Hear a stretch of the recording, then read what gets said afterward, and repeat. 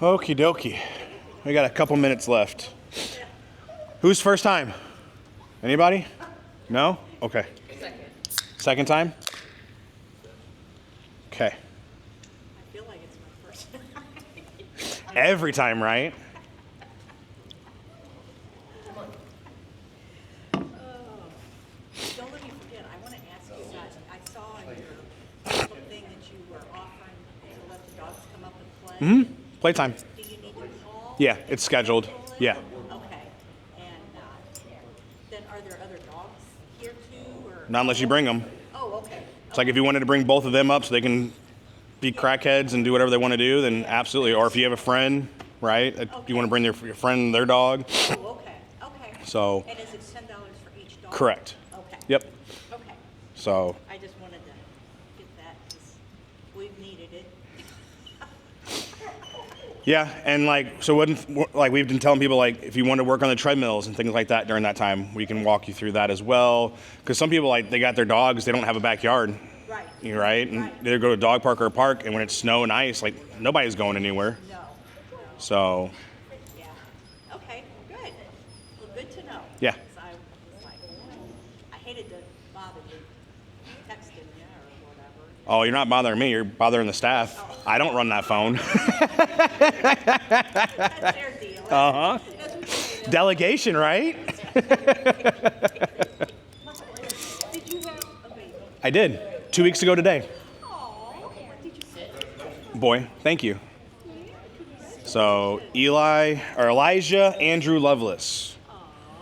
So he came out 9.5 pounds. Oh my. Yeah. So he 9.5 pounds, 22.5 inches. So monster of a kid. What's Big Sis think of that? Oh, she thinks it's his or hers. Yeah, she won't leave him alone. Yeah. So they were going to be here this morning, but he decided he wanted a cluster feed this morning, and she's like, "Yeah, I can't leave." Well, congratulations. Thank you. That's awesome. So first boy. Yeah. Well, if he's anything like your little girl, she is so cute. It's funny. So like when we were doing all the pediatric appointments, she would walk in like it was her place. And she's like, "You're supposed to be doing this and this." And like the doctors are like, "She's awesome. Like we didn't employ her." Yeah. I can totally see that. Yeah. She is just the sweetest little thing. Oh yeah. Everywhere she goes, she like takes over. So like we go to a chiropractor in O'Fallon, and she walks in there and she's like grabbing the toys and the drawing stuff, and she just runs everything, man. Like she's gonna be a force to reckon with. Yeah, of course. What's up? You sure?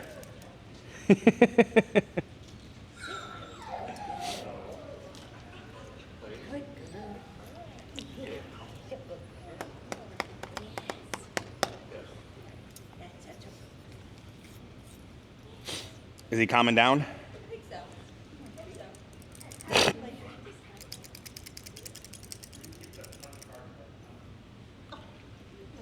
What? They're in the top drawer, in the back. Come on, newbie. Figure it out. I want Max to be like that one. $80. Best dog in the world. I can make it. I thought it was real earlier. I was sitting over there on my minute dog feed. Dude, that dog, so I've done the stuffed animal thing, like for aggression cases and the mirror and stuff like that. I found that on Amazon for $80, and I was like, I wonder. And I tell you what, that thing's been attacked by more dogs than anything I've ever seen before. Oh, because we move it, and the dogs come in, they don't realize it, and it'll be like behind a corner, and they'll walk around the wall, and wham! And it's like, so, and the trainers are constantly moving it around the building, so it just throws all the dogs for loops. It's hilarious.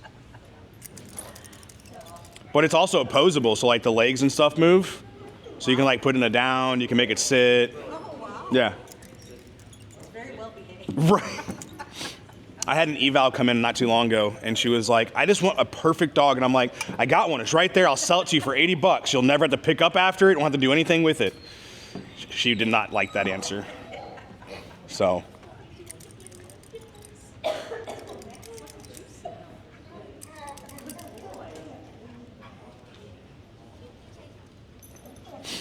All right, so we got a couple minutes, so I'm gonna go ahead and kick off. For those of you that don't know me, my name's Tommy, I'm the owner. So thank you guys for coming to class. I'm gonna cover timing, motivation, and consistency real quick, just because that's the foundation of our dog training. Where's my dry erase board?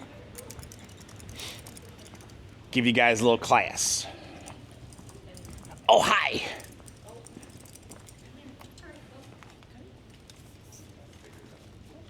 No, you're fine.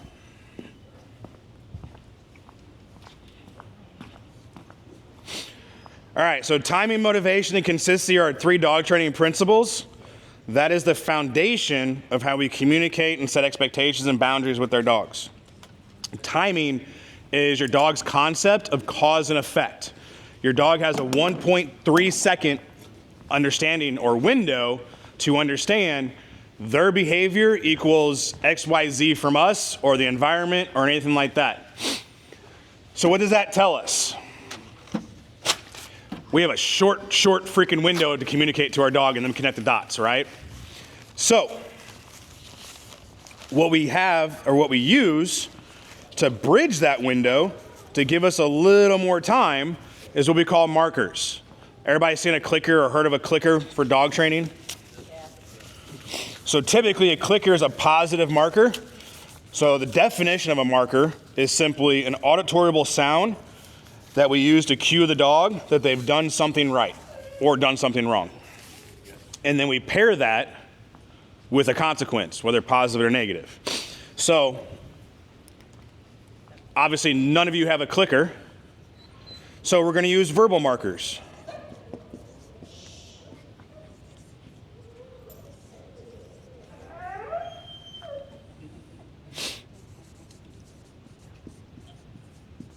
Now we use good for positive things and we use no for negative things.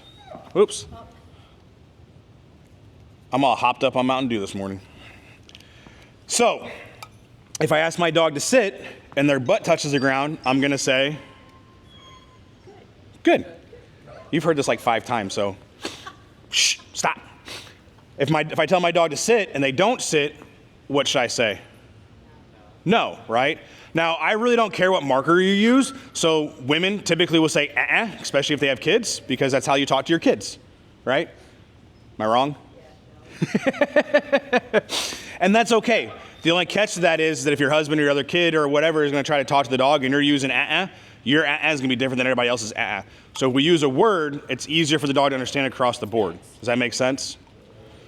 So, it's more important to get the marker word out than anything else once the dog does something. Because that marker is eventually gonna bridge to the consequence, right? So let's say my dog is at that yellow X right there. I told my dog to sit, my dog sits. I can't get from here to there in 1.2 seconds, right? So if I say good and my dog is understanding the marker system, that buys me the time to get over here and reward my dog, and my dog connects the dots to why they're getting rewarded. Does that make sense? Same thing for the negative. If my dog's being dumb and doing stupid things and I say no, that buys me time to get to my dog to give a correction if need be, right? And my dog will be able to connect the dots. But the overall picture of this though, eventually what happens is I say no, my dog stops. Because he knows there's gonna be a consequence coming if he does not stop, right? Does that make sense? Yes, no, deer in headlights? It makes sense. Okay. So marker is super important.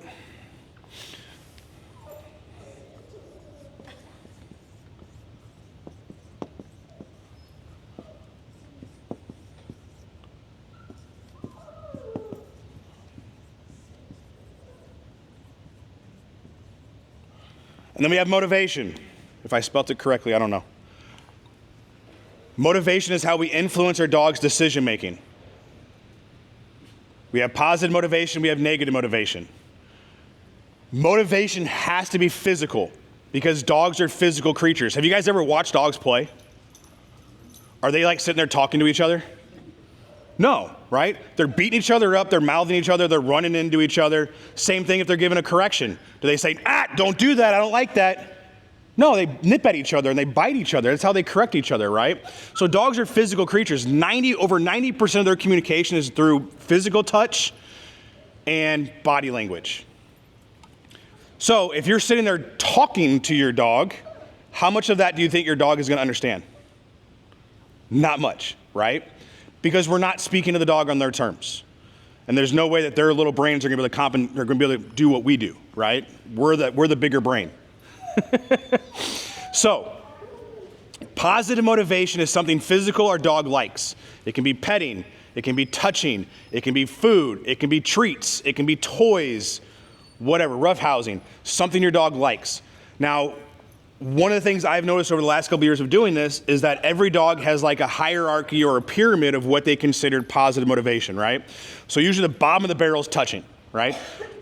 Most of our dogs like when they get touched by us, but they like a treat more, or a ball more, or a bone more, right? So there's a hierarchy of the value of those rewards. If I'm taking my dog for a walk and my dog loves a ball, it's not realistic to take my dog for a walk, every 5 steps, toss the ball. My dog's gonna love it, but I'm not gonna get very far in my walk, right? So I wanna use a lower value reward to keep my dog focused on the task at hand, and then when we're done, then we can leverage the higher value reward, and then eventually my dog goes, okay, I know this game, we're gonna go for a walk, and at the end of the walk, I get this big high value reward, and he works towards that versus all the little rewards throughout the walk, which is how we get away from having to go good through the whole walk, which sucks, and that's not realistic, right? So, positive has to be physical, something the dog likes. Use the value scale for your individual dog to leverage what you want at the end of the game, right? Negative motivation, so that was positive. Negative is something our dog doesn't necessarily like. A very, very simple negative motivator is withholding of the reward, right? Are your dogs food motivated? Yours aren't. Everybody else is for the most part? Yeah? Perfect. So if I have a treat and I'm playing with my dog and I tell him to sit and he knows I have a treat and he just stares at me, if I withhold that reward, as long as there's not a lot of external distractions with the dog's like squirrel or tree or whatever ball, he's probably gonna look at you and go, I really want that thing. Are you gonna give it to me? I'm waiting. Maybe I'll try this, right? And then eventually the dog sits and you go, good, and we reward. Does that make sense? Another negative motivator can be your leash. I can apply leash pressure, which is a negative. I can give a leash pop, which is also a negative. It's a correction. It's a little bit more than a leash pressure. Biggest thing though is that the negative has to be enough to change the behavior. If we're just doing something and the dog's like, okay, whatever, I don't care, and they keep doing the behavior, it's not enough of a negative in the dog's mind to change their behavior. Does that make sense?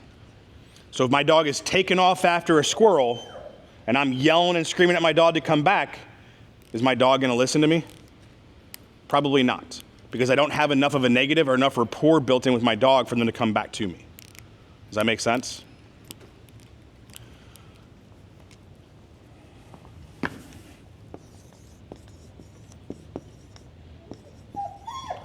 Consistency.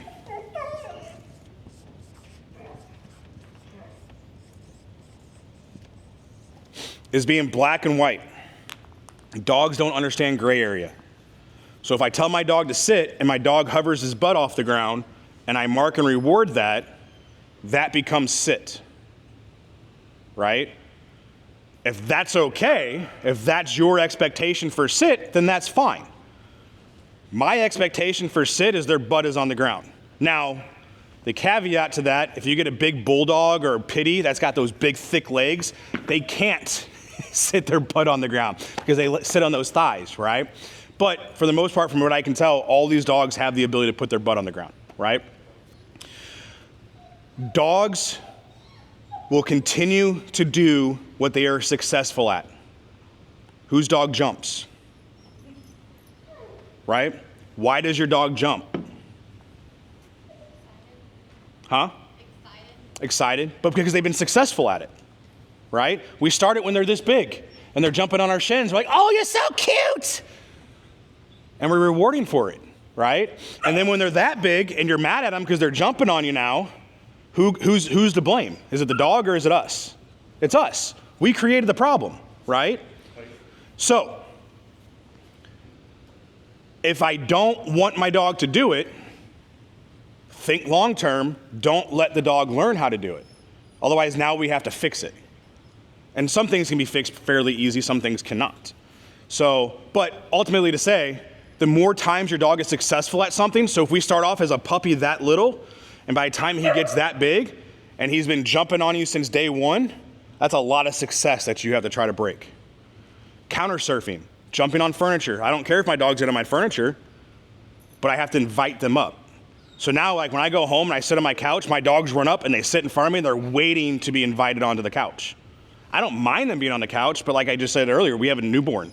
If my kid's on the couch and my dogs have been taught by me that they can just jump on the couch, that becomes a very dangerous situation for a 2-week-old baby, right? So, consistency is key. That is also meaning anybody that has other people in their home, you all need to be on the same page of the expectations and boundaries so that your dog can have consistent expectations and boundaries, right? If you're saying sit and you're saying sit down, is that clear? To us it is, right? I know what sit and sit down mean, but to my dog it's just a sound.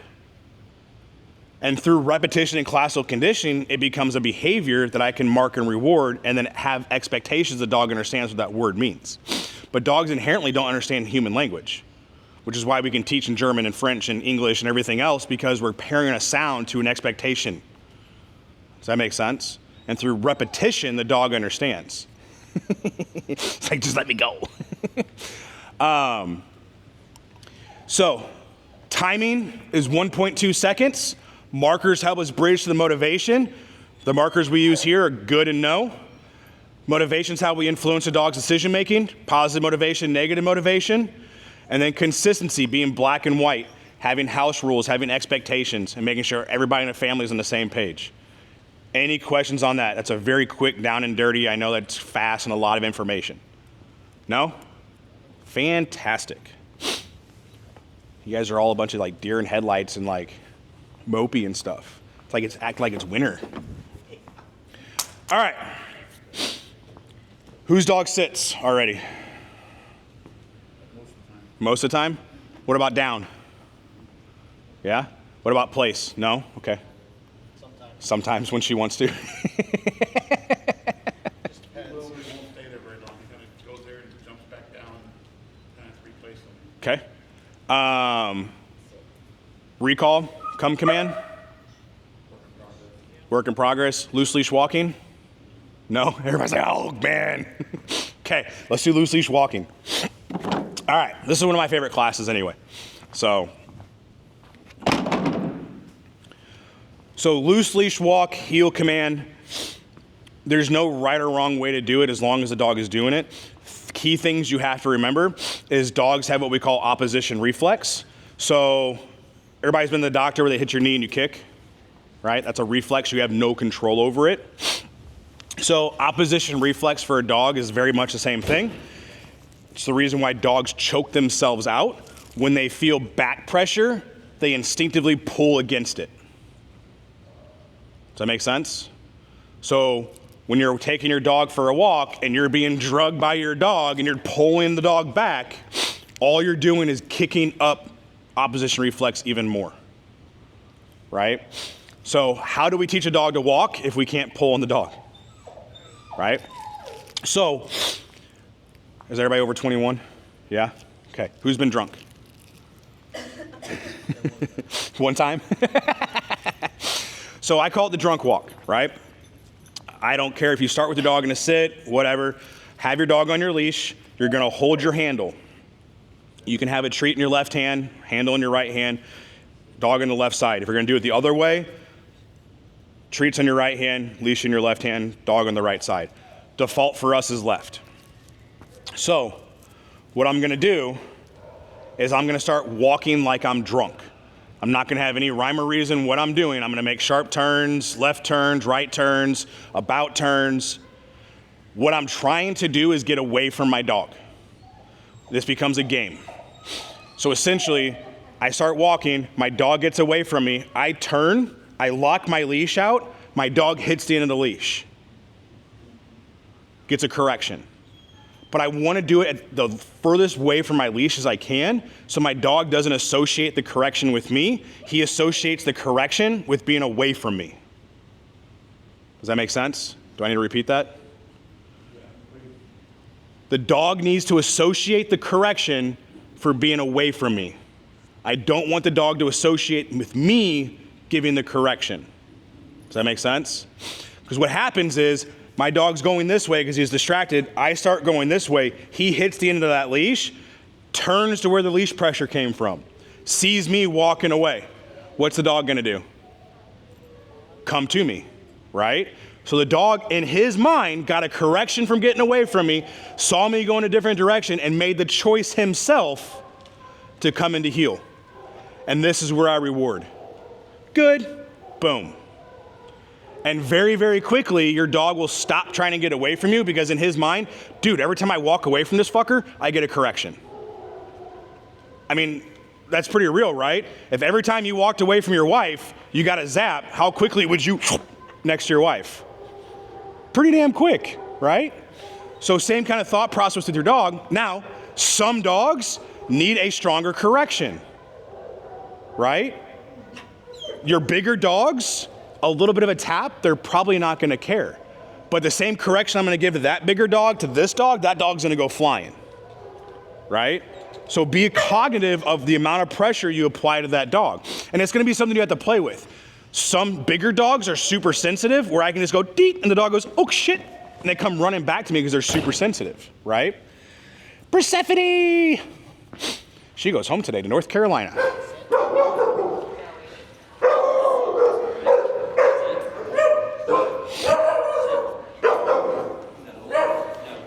Way to disrupt the class. Jeez. All right.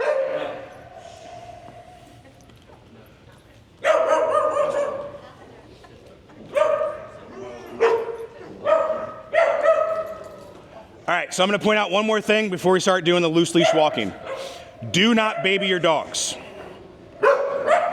Okay?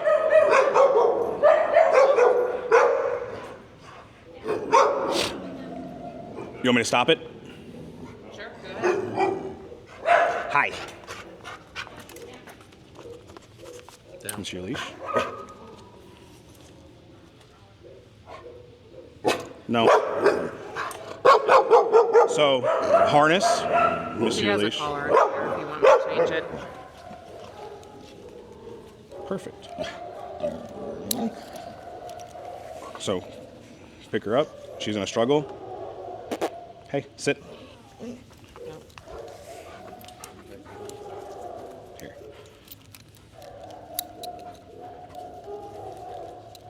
It's for demonstration purposes. All right. Hi.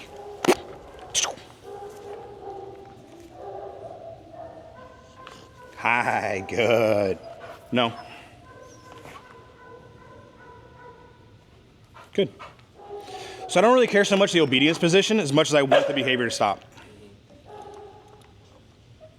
Good. And then I can go back into motion and the dog will start to move. Hey. So let me demo with her the loose leash walking since I already got her.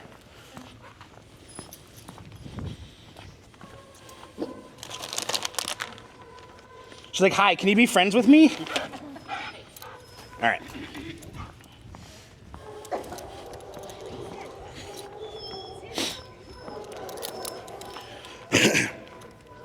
So like I said, I'm just gonna start walking like I'm drunk.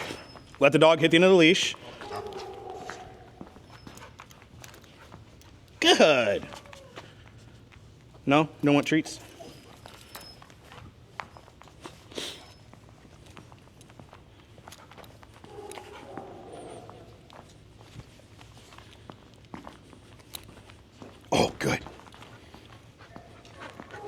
hi.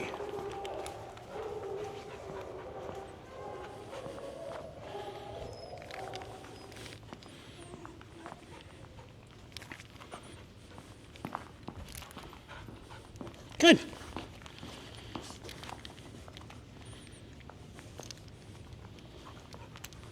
Oh, hi. There you are. And then pretty quickly you'll notice that she's going to start beating the corrections. Good. Oh, God.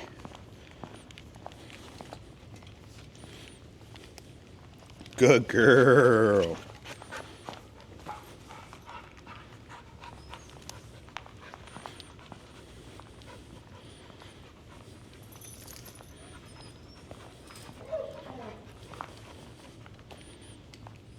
No.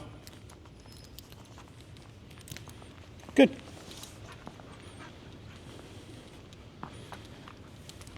Does that make sense?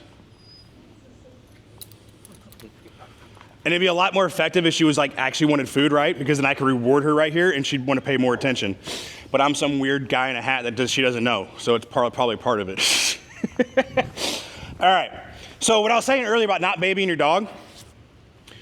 What happens when a kid is rolling on the scooter down his sidewalk, he trips, falls, busts his butt, scrapes his knee. Mom comes out and goes, oh my God, are you okay? What does the kid do? Freaks the hell out, right? Ah! Right? But if dad comes out and says, hey, brush it off, what does the kid do? Gets up and brushes it off, right? Now, that's not a sexist thing. Please don't take it that way, right? It's the point that if you baby the dog and you play into them being uncomfortable, what's gonna happen? They're gonna continue to be that way, right? They're gonna continue to play the uncomfortable role. How many of you have struggled in your life? Please, everybody raise your freaking hands, because I know everybody here struggled, right? So, is it okay for your dog to struggle a little bit? Yes, right? Life isn't easy. If I allow my dog to never struggle, is my dog ever going to accomplish anything? No. If I don't give correct boundaries and expectations with corrections and rewards, is my dog going to understand what is right and what is wrong? No. So we have to give parameters and within what our dogs can live in, right? If our dogs are successful and we reward them for that, they're going to continue to do that thing because they're successful and they're getting rewarded for it. If we don't give rewards and success and we don't give corrections, now our dog has no idea what they're supposed to be doing, right? Does that make sense? Because that is going to be a key thing. And if you don't want to give your dog corrections, this is probably the wrong class for you. Just being real. All right. Spread out. Work on the drunk walk. There's treats behind you if you guys want treats. Come on, Mike. And I promise you, you're not going to hurt your dog with a little bit of a neck crank. Now, don't be spinning your dogs on 180s and flipping them on their backs. But a little bit of a correction is not going to hurt your dog.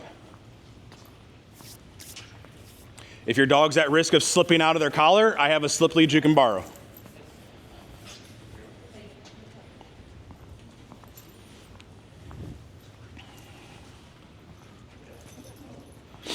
And as far as the harness for you guys, just so you know, the body follows the head. So if you're trying to accomplish something with the dog by leading the dog or anything like that, the harness is horrible for it. Now, once the dog understands, then it's always easier to go back to the harness. But to teach, the harness sucks. So just as a reference, I don't personally care. You're just going to struggle a lot in the beginnings. Just when we leave to go out. Yeah, just you can grab it. Yeah, for sure. And she can't slip out of it. Right. So if you want to try a slip lead,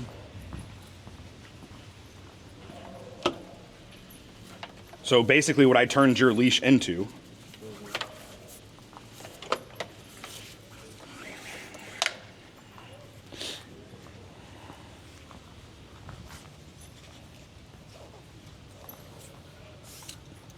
and then now she can't gate or roll out or slip out of it. And because it's thinner, it's going to apply a little bit more pressure, so it's going to be a little bit more potent to her. Yeah. versus the thickness of that one. She was like, I get it, but.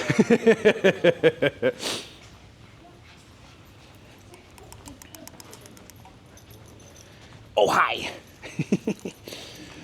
So stay in motion, try not to stop. If you stop and your dog stops, they're not going to understand. And if you guys need more space, you can go into the breakout areas behind those gates. You can go out in the lobby. There you go. Perfect. A little bit of a tug. Yeah. There we go. Mark it, reward it. Perfect. Personally, every time my dog looks at me, I'm going to say good and I'm going to reward him. He's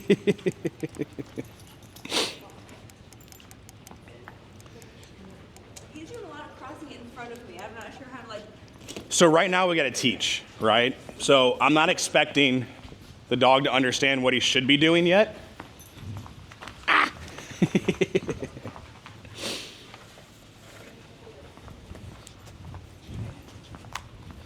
And having a little bit longer of a leash will help.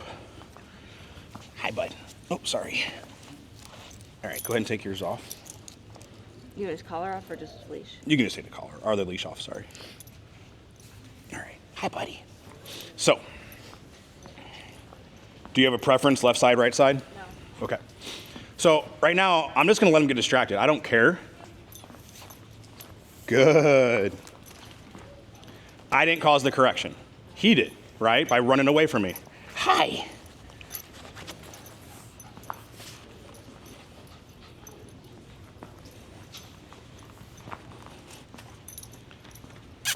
Good.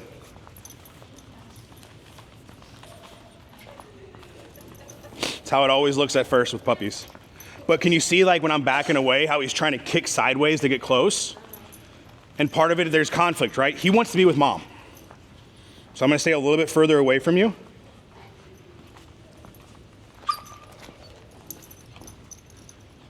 Good.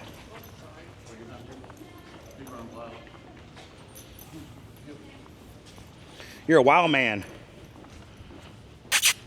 Come on. Come on.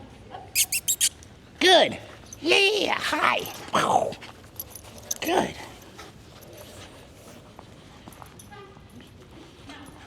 Good. Good. See the choice, right? He's like, oh man, every time I take off, I hit the end of that leash. Good. Yeah, good boy. Good.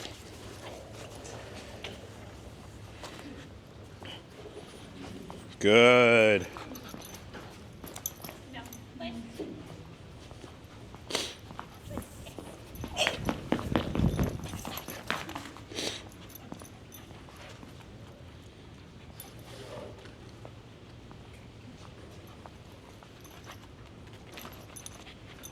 And I'm just ignoring the crap.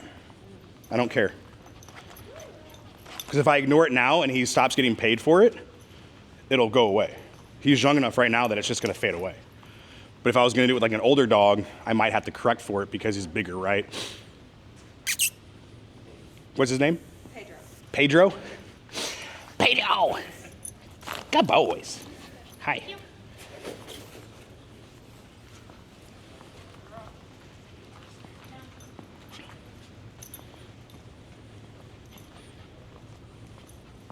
Good.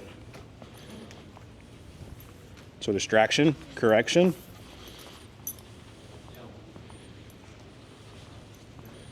Good boy. Good.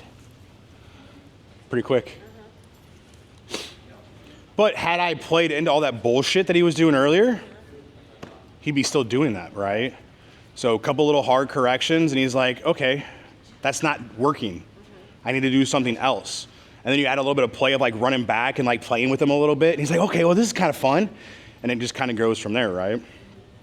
And he's still a puppy. Yeah. Free. Yeah. You Hi. want to give that one a try? Yeah.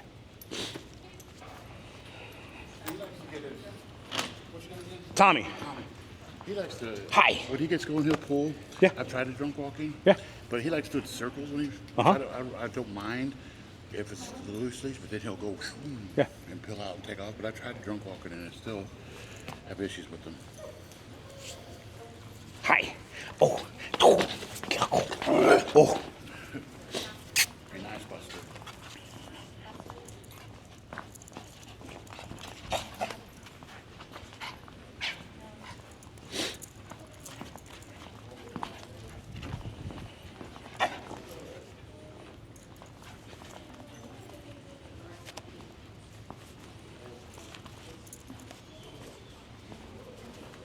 He's like, Dad, save me. Save me.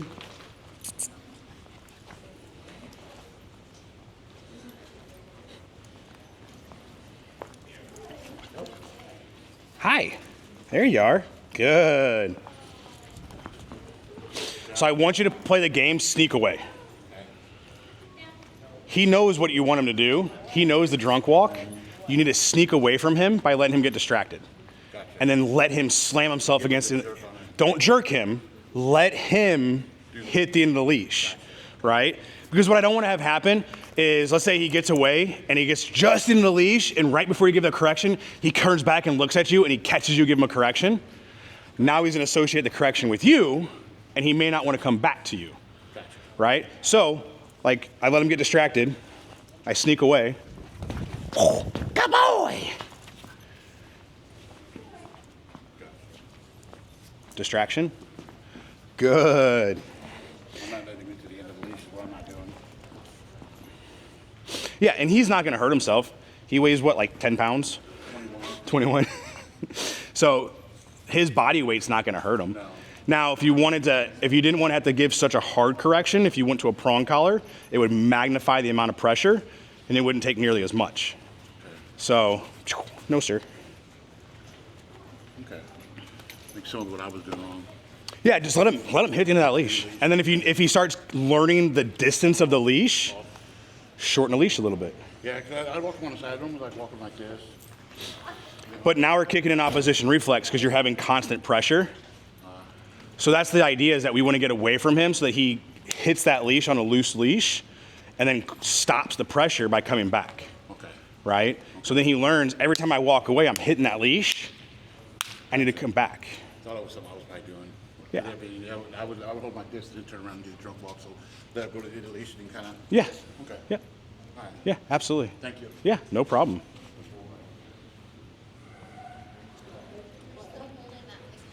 You guys didn't think you were going to get a workout in today, huh? Getting those steps in. Just getting dizzy from Walking in circles. looking down. So you can also walk in straight lines and just do 180s. Go back the other way. How's she doing? Eh?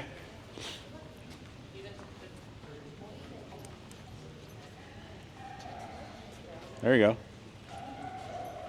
Watch it, watch it. Boom. So give a little bit of a snap to the end of that leash. So right before she gets to the end of it, a little bit of a pop. Yep. Not so much you're going to pop her head off, but just enough that she's going to feel it. Now, perfect. But stay in motion, don't stop moving. What do you do with that, or it just stays at the end? So your correction wasn't strong enough. Let me see your leash. Yeah, come on.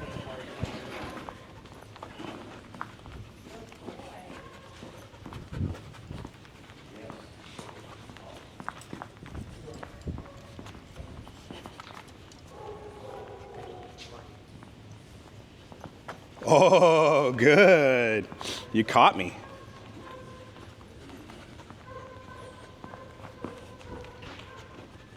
Good.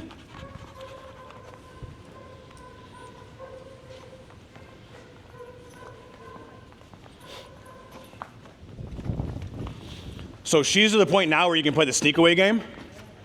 So I'm gonna let her get distracted and I wanna sneak away and basically just be like, well, you weren't paying attention. I got away from you, you got a correction. And then very quickly she'll just be like, well, shit, if I don't pay attention to what he's doing, Come on. Yeah.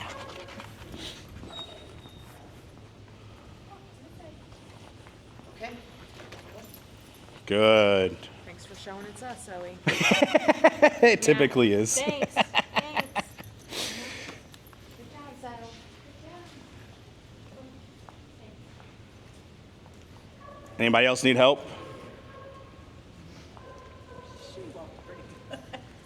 So happy. So happy.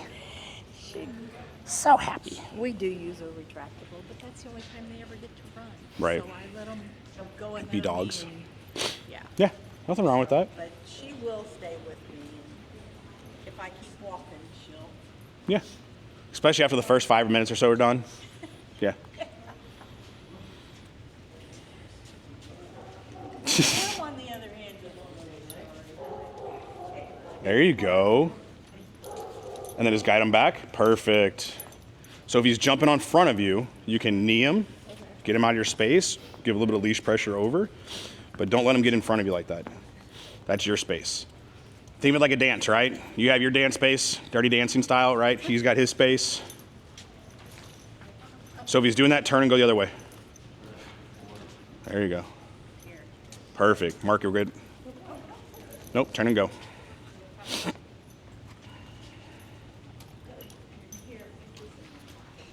another dog doesn't eat. Oh.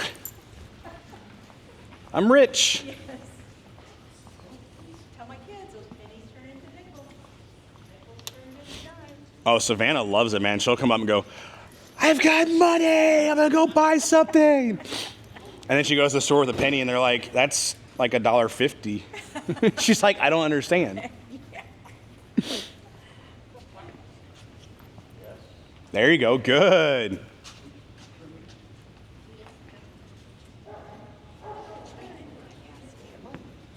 Max is kind of growling. It's like if he's sleeping and we want to take him out so we can go to bed. And I don't know what to really do with that. How old is he? He's a year.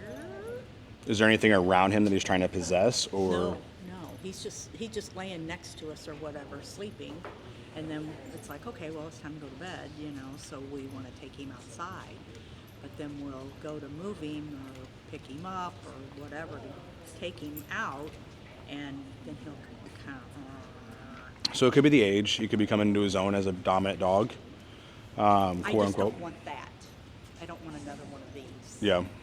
And so I'm afraid what to do with it. Just talk to him before you wake him up. Wake him up from, hey, Max, let's go. Come on.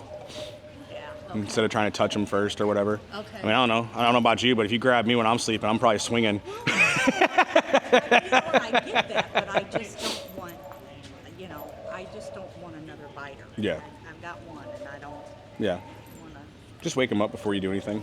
Okay. Use your obedience commands. Come, have a treat. Come on, bud. Yeah.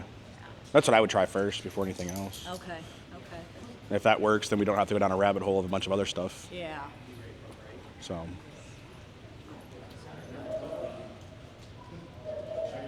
All right, how we feeling, guys? We doing pretty good?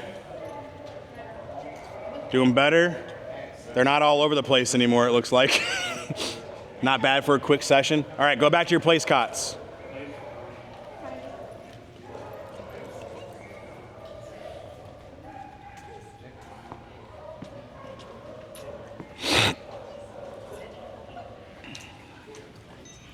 All right. So down was the one that everybody else was struggling with too, right? Down in loose leash walk or down in recall?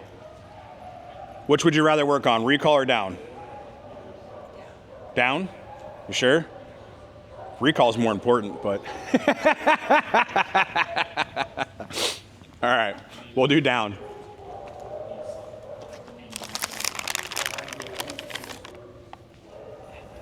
All right, let me see Crazy Man.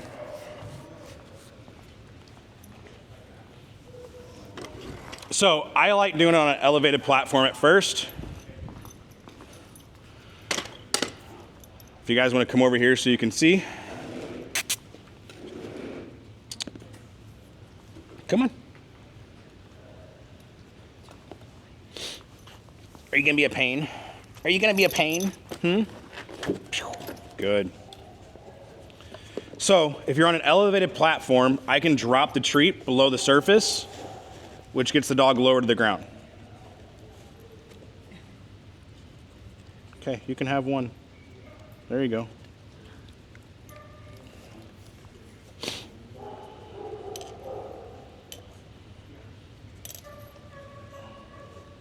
Good. And then I'm just gonna slowly try to get him down to the ground and just intermittently reward him as we go.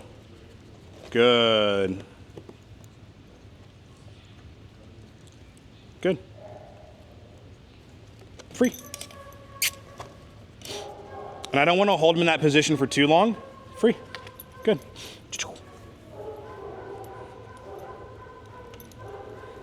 Good.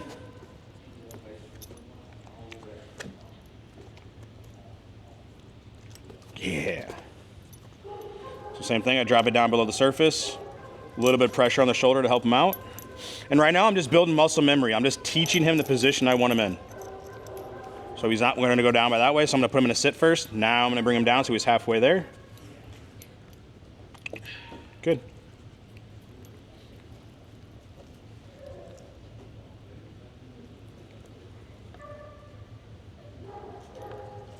Yes, good boy.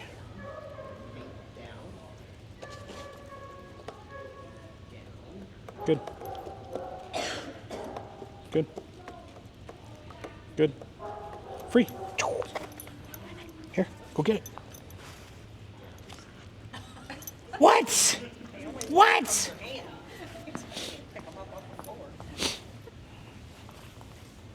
So then, once we get there pretty regularly, then we can switch it to the ground. Good.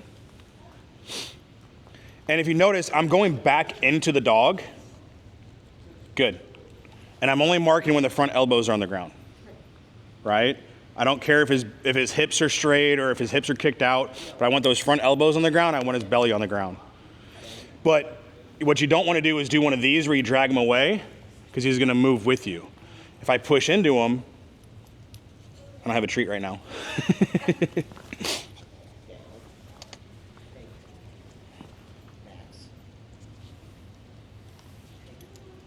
Downward dog. Yes, good boy.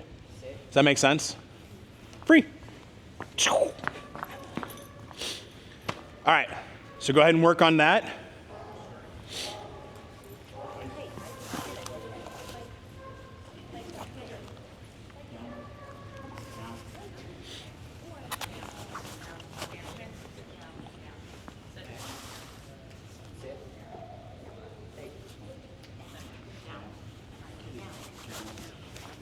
And I'm gonna go use the restroom real quick. I'll be right back.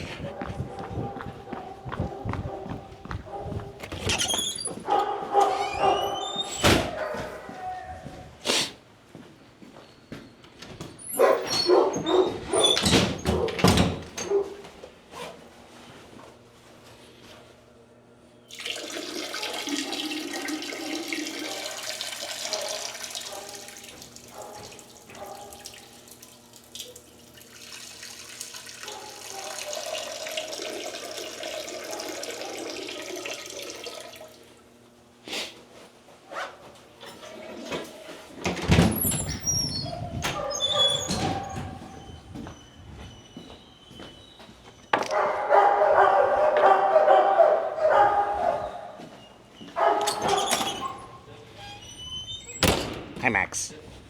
Hey. Max. Sit.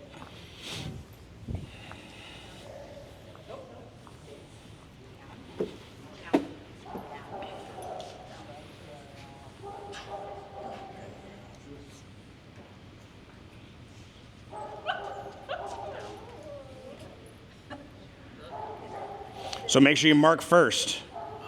You started a reward, then said good. So good, then move to reward. So great catch right there. So we want to make sure we're separating all the steps. Us as humans, we love to do everything at the same time, right? We're very handsy. We talk with our hands, everything, we do everything all at the same time. If we do the same thing with the dog, so if I say good, and reward at the same time, that becomes one thing. If I lure my dog into a sit and I say sit, that becomes the command. Because dogs are more body language, right, than verbal. So if I want my dog to understand the verbal, I have to separate the verbal from everything else. So if I'm luring for a sit, it'll be sit, then I move, right? Because if I say sit, this whole thing becomes the command, which is why people are like, oh, I taught my dog hand signals. Well, yeah, that's super easy because dogs understand body language. Now put your hands in your pockets and tell your dog to sit, see what happens. Most of the time, our body cues are what our dog is going off of, right? So make sure we're separating those so the dog understands the verbal and not just the body cue. Unless you don't care, then make it all one thing, and that's fine. That's your prerogative. But if your dog's running away from you after a squirrel and he knows hand signals, they're not going to help you very much. So keep that in the back of your mind.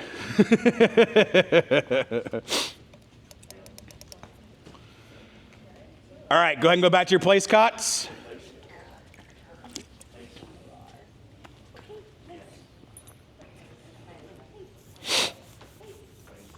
All right, so today we went over timing, motivation, consistency, and markers. Does anybody have any questions over those 4 things? Does that all make sense? Place. Sit. I mean, you can use like, I had to change the word good because like over her sisters, they kept calling them good boys. They kept hearing all the time, so I had to change it to yes. Is that okay? Yeah. So I don't care. So even with the commands, right? I personally don't care the words you use as long as you're consistent in using those words. So if you say lay down and sit down, right on. I don't care, but you have to be consistent and set those ground rules in your home so everyone that's communicating with your dog is on the same page. Does that make sense? So if you use yes, you use banana, you use, rover, whatever, right? It doesn't matter as long as you're consistent. This is just our standard because it makes it a lot easier to explain it to clients, and then you guys can run with it wherever. Like I got a client I've been doing bite work with for like 8 years. All of his commands are in Scooby-Doo terms. Everything. His positive marker is Scooby Snack. So, but the problem is that I can't help him train with his words because I'm not there, right? I'm sit down, come heel, place, plots, foos, the normal commands.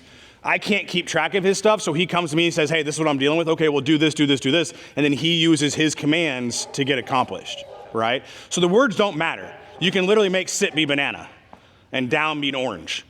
It's being consistent with the dog and everybody else being on the same page. Does that make sense? Anything else? No? Awesome. Well, thanks for coming on Saturday morning, hanging out with me. I hope you guys got something out of today. We'll see you next weekend. Free. Thank you. You guys Okay. love doing the biting? We'll be trying to replace it with a toy. He loves doing it with my wife. Is there certain things we could do? Correct it. Yeah. Grab his by his mouth, shove your thumb down his throat. Okay. So that was it. Kind of make sure he kind of bite himself almost, right? Yeah, so you can actually take his lips. See how he goes up and go. He's not doing it now, but You can take his lips and you can roll him back on his canines.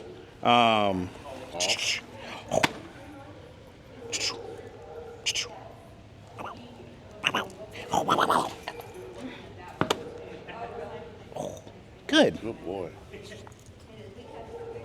Yes. Good boy. Okay, so just kind of have him by himself pretty much then. Yeah. Yep. Yeah, no, And it's then not. for the jumping Right stuff, if you don't want the jumping, grab his paws and give a little bit of squeeze to his paws. Let him struggle. Don't just squeeze and let go. Make him struggle a little bit.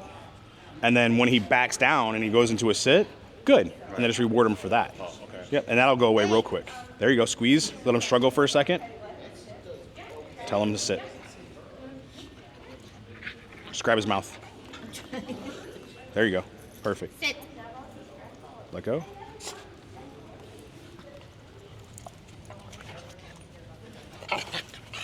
No fight. No. Good. I know that You're sucked, kind huh? of backing their tongue a little bit. You just Yeah. don't do it on the front. No, I'm actually trying to compress the tongue. Gotcha. Okay. So, and then sometimes, like for quick dogs like that, I'm just grabbing the dog. right? If I'm grabbing him by his neck, or I'm like, you got to talk to him like they talk to each other. If he's mouthing another dog, that other dog's gonna mouth him right the fuck back, right? So it's like, stop it, dude. But you need a little bit of struggle, because if you just grab him and let go, it doesn't mean anything to him. He needs to struggle a little bit for like a half a second, 3 seconds. Hey, There you go, just grab him, put him, there you go. Tell him no, no. let him go. And if he comes back again, do it harder, because it's not strong enough. I know he's not meaning to bite, but it's just play by. He's trying to play. Right.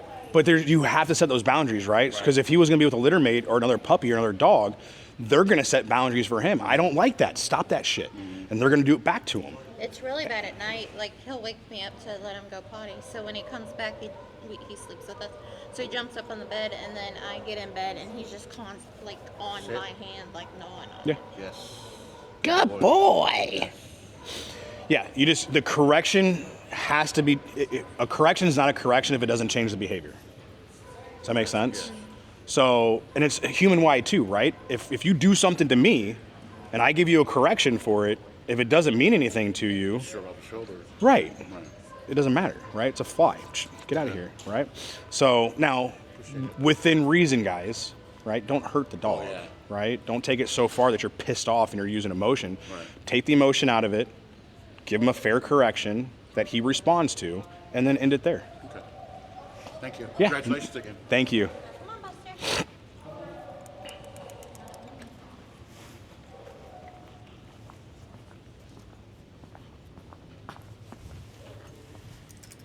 That was cool to watch. Compared like level 3 compared to level Oh my 1. God. Huge difference, right? Because, like, you get to see not only like the difference in the dogs, but